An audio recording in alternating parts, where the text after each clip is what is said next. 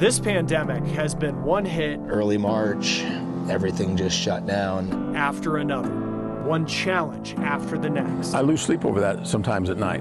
Along the supply chains our country relies on, one struggle or shortage can lead to many more. This week, we'll show you the issues causing chain reactions of problems and the efforts to solve them. This is The Race. Welcome to The Race. I'm Chris Stewart. Supply chains are stressed in many industries right now, but one of the biggest issues is a global shortage of microchips. This is having an impact on everything from kitchen appliances to cars. It's also impacting a service that, in times of emergency, we expect to be there. For all the reasons life here can feel simple. The space. The silence.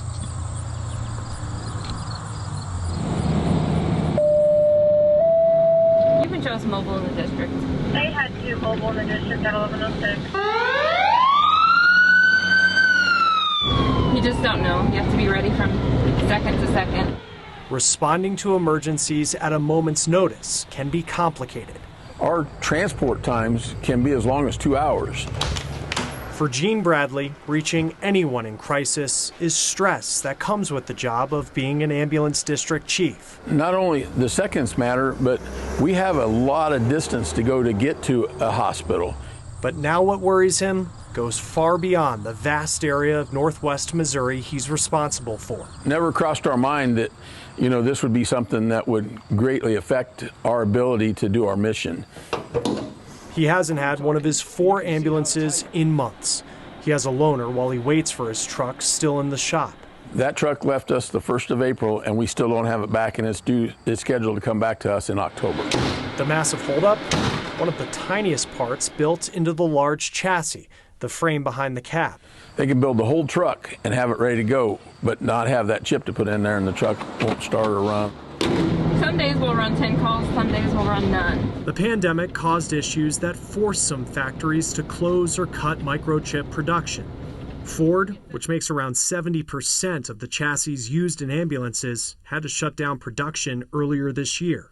Right now, ambulance production, I'd say in the second half of this year, is down 30 to 50%. The American Ambulance Association says districts across the country, both large and small, are feeling the impact of the shortage at a time when calls for help in the pandemic aren't slowing down.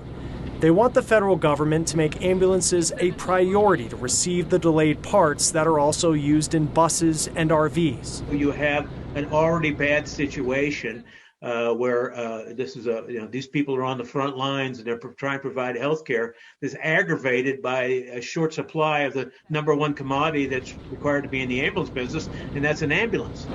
Every mile we put on our trucks are just more aging, and that means higher equipment repair costs, more likelihood that trucks will break down, knock on wood. So far we have good luck, but you never know. Experts hope the chip shortage will be over by the end of the year, but the supply chain might not be fully on track until the end of 2022. Having to depend on a truck that's got 275,000 miles on it to save someone's life, I lose sleep over that sometimes at night. Gene also says he's down 3 paramedics, but whether it be a shortage of microchips or manpower, the resources he does have are on the road around the clock. Because in this line of work, Hey, at Tualatin County, we hear you. a call to respond carries a responsibility to a code that he holds close. And we live by 3 core values in this service: is calm their fears, ease their pain, and provide hope. Supply chain issues are making it difficult for schools to keep their cafeterias stocked. Alexa Liaco's at a school where cafeteria workers are getting creative to make sure their students are fed balanced meals.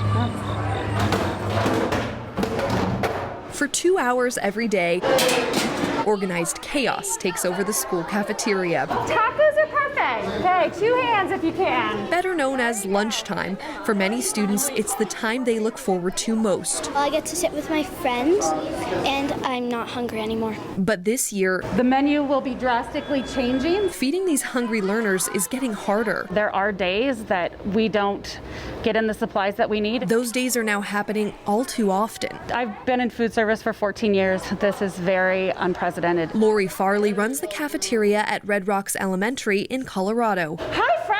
Her kitchen is now cooking up less because of nationwide supply chain issues. We have not been able to source pineapple, so we have not served that in any of our schools. Handfuls of meals are no longer on the menu, but short staffing is also making lunchtime hard to handle. Lori is alone here most days. We've had to shift into simpler meals like a sun butter sandwich and string cheese or a yogurt meal to help alleviate some of the stress off of our staff. The stress stretches from the schools to the warehouses that supply them. Beth Wallace is the president of the National School Nutrition Association. This is not a short-term problem. This is a nationwide supply chain struggle that we're going through right now. Beth says with the strict nutritional requirements for school lunches, many manufacturers are just not making as many of the special products anymore, and what is available is more expensive. Normally this time of year you would see this full of product. She says it's gotten so bad for some schools they don't always have a balanced meal for kids. One of the directors from another state said, I couldn't get any vegetables or I couldn't get any fruit. I did my best and we just didn't have any. But all these empty shelves mean more to Beth than filling up a warehouse. You have to be well nourished to start your day and get off on the right foot for learning. And more kids than ever need those meals. The USDA is providing free breakfast and lunch for all students this year because of the pandemic. Beth says she's seen a huge increase in students eating meals from school all over the country. This is all about the kids, and we've got to get kids back in schools, learning, and back in that process that make them successful humans. But the good news is, I have a blueberry parfait. We did some research. And what do you think? Was it pretty good? I'm eating it right now. And with every struggle the adults are juggling, There you are. only some of the students seem to notice. I wish there could be something else to eat instead of just the same things over and over. But most don't seem too bothered. The lunch ladies don't bring it up, so we don't notice. Do you miss having those things, or is this okay? This is okay. We strive to, keep it behind the scenes, right? Like, we don't want, like anybody to feel or to see our struggle. But no matter how long these shortages last, these women are happy to hustle if it means students stay full. And as long as I get to eat, I'm happy and it's fine with me. For The Race, I'm Alexa Liacco. A new medical supply shortage is emerging, and it includes certain COVID tests. At-home tests meant to give you fast results are tough to find. We investigate the factors keeping shelves empty when The Race continues.